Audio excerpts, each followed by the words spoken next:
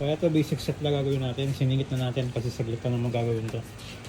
So wala naman masyadong special dito. Papalatan na natin ng block. Then stock head pa rin. Palit ng laman loob. RS8 ang kanyang pipe. GC8 to, no? Boss. GC8 ang kanyang pipe. Sayang, hindi nalagyan ng bang para may sabay ng eraser niya. So, bali, kakalasan lang yung kaha niya. Then, kalas ng makina na. Yan, habang kanakalas niya kaha, ayusin na natin yung piston. Bali, papakit lang naman yan. Para sure na hindi tatama. Right, so ayusin lang natin yung piston. So by JBT yung block na gagamitin natin dyan.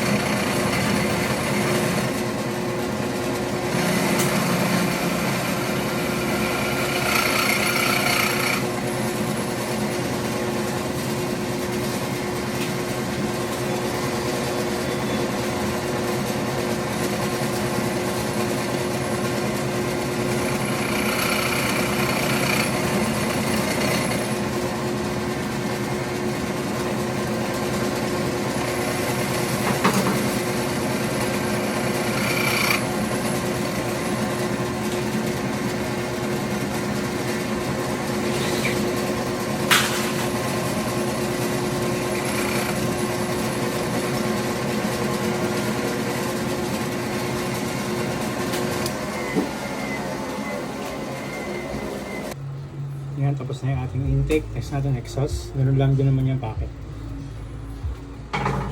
So may RC Mini X siya, kaya lang hindi natin may kakabit to dahil walang bang yung yung pipe. Hindi naman pwedeng hulaan yung pagtatono nito. So pagtapos ng break-in na lang, tsaka namin ikakabit ka. RC Mini X. Ayan, nakikabit na natin yung block. Next natin yung head. Ayan, po-port natin yan. Tapos finish chamber. Then palit valve spring, cam, valve seal. Yan, okay na. Yan, okay na. Nakikabit na natin yung head. Yung may valve flush na rin natin. May torque na. So alam niyo na kasunod na ito, throttle body. Sa throttle body natin, MTRT na 36mm. Yan. Konti na lang to, under na. Yan na, it's raining man na. Nabuta ng ulan si boss. It's alive na.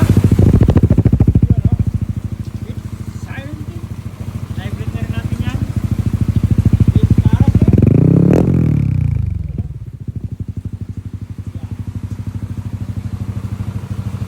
Alright, natin lang yan. Tapos, wala siyang kapote. Hindi niya alam kung para sa uwi. Yan, okay na. Tapos na. So, it's raining pa rin. Susugurin na ni boss. Yan. Starting.